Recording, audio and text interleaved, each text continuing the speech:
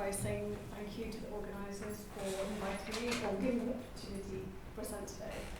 And also to everyone that's spoken so far. And I looked at the list and I didn't think I'd resonate with all the topics, but I have. I found something, every single topic. Everything from Amit Kaur's topic in the morning about diet and the langar. It reminded me when I had to convince a patient that eating prasad wasn't the reason why they had diabetes, to everything from Baji mentioning being a portfolio pharmacist, which is also my background, and to the cybersecurity students when they mentioned their Saki around about the fact that the letter Ura contains everything in there, to Benji Habriko, is it? Yeah. And he talked about working for a job that you don't like because your passion was in research and finding a way to bring that back in. To our last speaker talking about loss and grief. I could go on, I was listening, I was here all day. But what I want to also sort of sideways step before I talk about my research was the importance of such spaces, the importance of having the chance to talk, network and learn from one another. It was, I can't remember what year, but it was when I started at the beginning of my PhD and I presented my early work at a conference at the University of Wolverhampton. And I have an academic sort of scientific background. Pharmacists we are, you know, when somebody said to you, you look at everything methodically, I do the same. I have a master's in pharmacy and I'd worked 10 years in academia. So I worked in UCL teaching pharmacology. Everything, all my data was lab-based. So suddenly trying to do a PhD in the arts was like, but I tried. And one of the things I presented at that conference was I had a theory. If you listen to Gibbon, you have one outcome.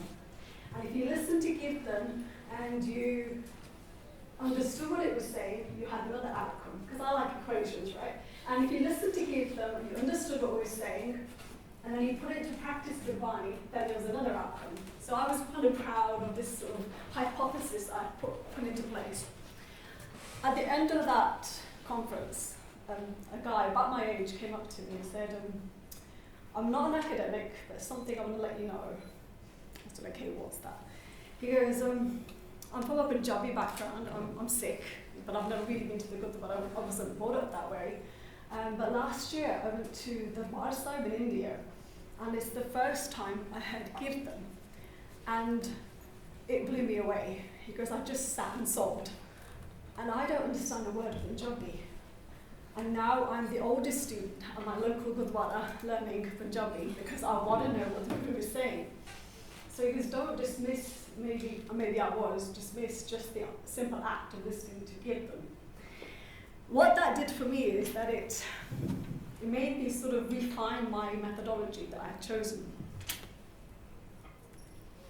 The methodology I was looking at the time was something that would give me a tangible truth, something that was a fact, this was definitive, that if I did this, I would definitely guarantee. That's the state of my life. I want to say, I guarantee my outcome. If I do this, I will definitely get what I want.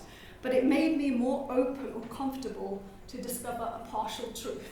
So something that I know through lived experience, that I've experienced myself, that I can say, okay, it's truthful from where I'm standing, but as you can see my slides, I can't see them. So you have a different sort of viewpoint. Now, the trouble with the term lived experience, I know Baji works on lived experience, is that politicians have hijacked it a little bit. How many of you heard that idea that politicians think in order to get votes, they need to share some sort of common background? You know, my dad's a bus driver, maybe we have something common. But in actual fact, the lived experience allows us to put forward our own experiences, share with others to see where we can create resonance. Particularly in lived religion. Why in lived religion? Because a lot of the time when we do research in religion, we look at the thoughts, the ideas, the books, you know, you probably understand this, right? To make sense of that faith. When in actual fact, how many of us, when we get asked, what does it mean to be Sikh? We're like, well, Sikhs are supposed to, and I don't. But I know this is what we should, but I don't. So there's a difference between what we practice and what we actually do in reality. I therefore chose autoethnography, which, if any hands up if you have heard of autoethnography or know what it is? Okay, so it completely freaks me out, which is why I chose it, because autoethnography requires the author to foreground themselves. I have a natural tendency to hide. I do it very well, as people who know me very well. But the idea was to say, if I can foreground my experiences, can I make sense of them, be brave enough to make sense of them, but also umbrella it under the concept of crystallization, which looks at other genres or ways of collecting data to create kind of, not a truth, but kind of like a rounded sort of outcome.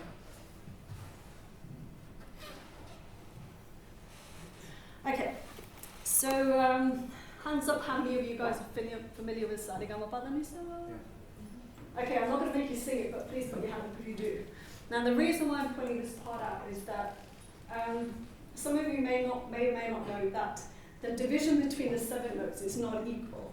So we have tones, and then between 2 of the notes, we have semitones, which are like the shortest distance between 2 notes in a chromatic scale. Now, some of you, that's just probably went, agree? Yeah, don't admit it's fine now. But if you look at from this sa, the green sa to the blue sa, you'll notice that between ga and ma and ni and sa, the gap is smaller. So what I mean by that is you can jump from ga to ma, the note right next to it. With sa's got a dip, you have to touch the white note to get to the next black note. That's kind of really simplifying it. And the reason I mentioned that is because the way I presented my data was in an octave in a scale. And I used that as a basis to share my research. Now, that particular element there means that between those 2 particular notes, the distance is smaller, which I know there's a physicist in the room. You put your hand up earlier, right? So what's Newton's first law of physics? Newton's first law? If the body is at rest, it will stay at rest unless you get a bar. Yes. So Newton's law states basically that something stays stable, doesn't move unless there's an action. Or something in motion won't change velocity, won't change speed unless there's a, and that's not me slapping, it's just there's some kind of second movement. So I use the concept of 2 what I call interchangeable polarities of duk and sukh, because both of these things, when something's going in the same direction at the same speed, they have the ability to go ta, right? And move you, shift you to different direction.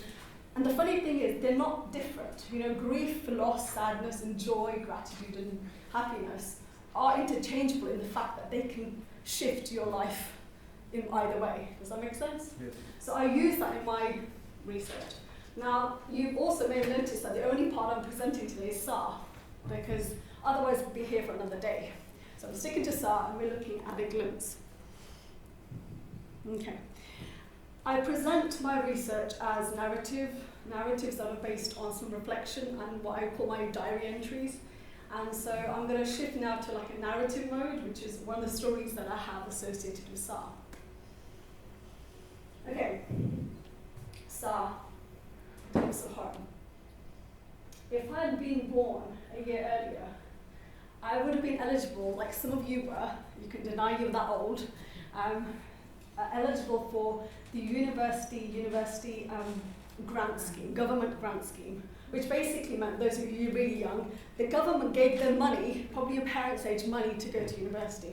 I was unfortunate because I was the first year of students that had to pay a tuition fee. Now, I was an independent woman, and so I decided that maybe if I got the grades, I'd stay at home, much to the shock of my parents, because in my family, everyone's going to university. But also everybody moved out, and my mum had a plan to make my bedroom her sewing room. So that was put on hold for about 4 years.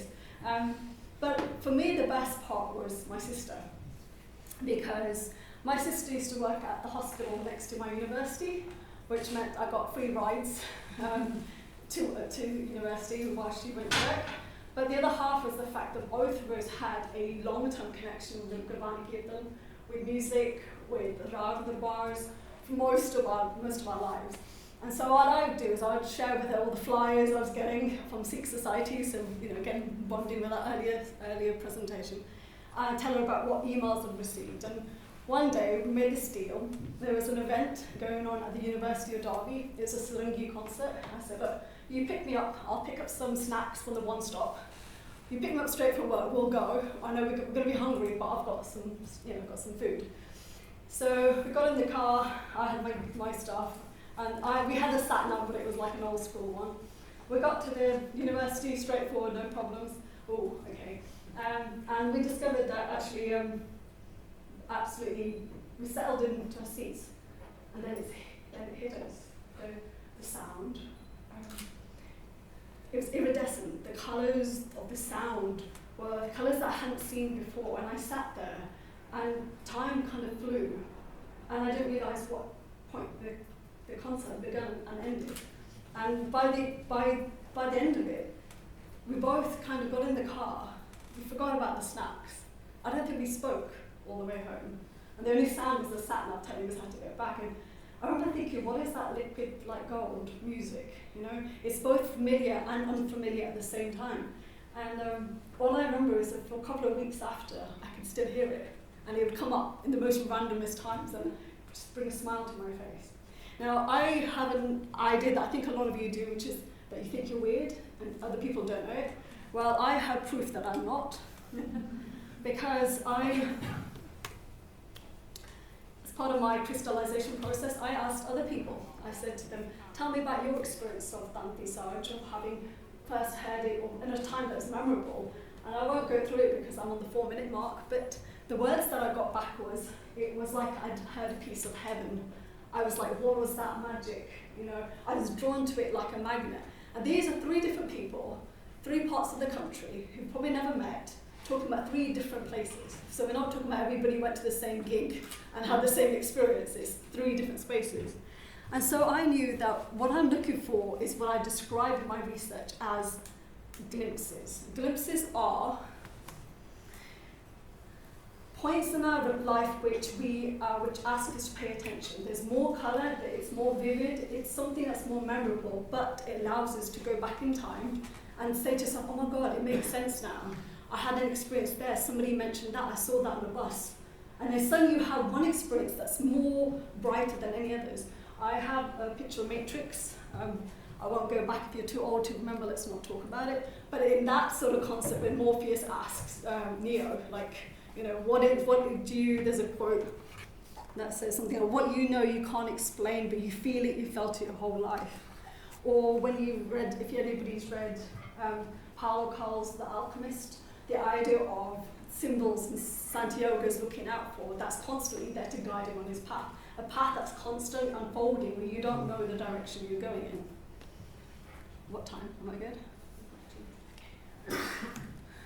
So, what is home? And you brought up this idea of home, and that last quote was from Narinder on your slide about what is home. And the description that there was the idea that, we got everything, we came in, but we also lost everything. Home can be bricks and mortar. Home can be people you live with. Home can be success in the way you decorate it. But ask yourself, if you went back to your parents' house and your parents were no longer in this world, would it feel like home? If you're at home and your children are old enough and now flying the nest, would it feel like home? Would it feel like home if you haven't got health and your body was no longer able to see? Would it feel like home? So for me, I thought of the idea that maybe that home is something behind that, something behind what we can tangibly try to grasp and label. It's something behind it that is the fabric of the universe. So for me, I decided that home was a feeling that's embedded in an experience that we can't label, that we can't tangibly describe to somebody else. I mean, I'm calling it magic, magnet, I'm calling it light. I don't know what else to describe it as. But I know it's something that requires significant presence. It's something that is both deep but unfathomable, but it leaves me feeling complete. It's home because I know there's no other word for it. I'm not trying to be poetic, I'm just stating a fact. I was trying to avoid facts. Okay, so why do I mention Sa as the home note? Because if you want to find home, Sa being your home note, is that you are looking for union with Sa, right? I don't know musicians in the room, you know, you play one note, you can spend a day playing one note and hearing it and understanding that the more you play it, the further you are from it, how inaccurate you're playing the note, because you're looking at things at a different resolution. So here Sa then becomes the idea of how do I become more familiar with that note Sa in order to be in union with it. The second part that I do is the fact that Sa, if you want to find your home, you have to find something to anchor. Because in Indian classical music, you know, like a Western C sharp, you start there, music shifts from there. Wherever you base your Sa, the rest of the notes, 6 notes are defined next to that Sa. So being so certain of where your Sa is very important. You can see how like movies, probably really 90s movies, because it's been a while since I've watched anything. Italian Job, anybody familiar? Hands up quickly, one person. Okay, a couple of people. So there's a part in the Italian Job, it's an action movie, it's a heist movie, it's a break-in. In this particular movie, with the female lead is a lock breaker. What's the word? Lock. Yeah, I'm gonna. Picker. Yeah, like not lock picker, but it's for safes, so it's like big time.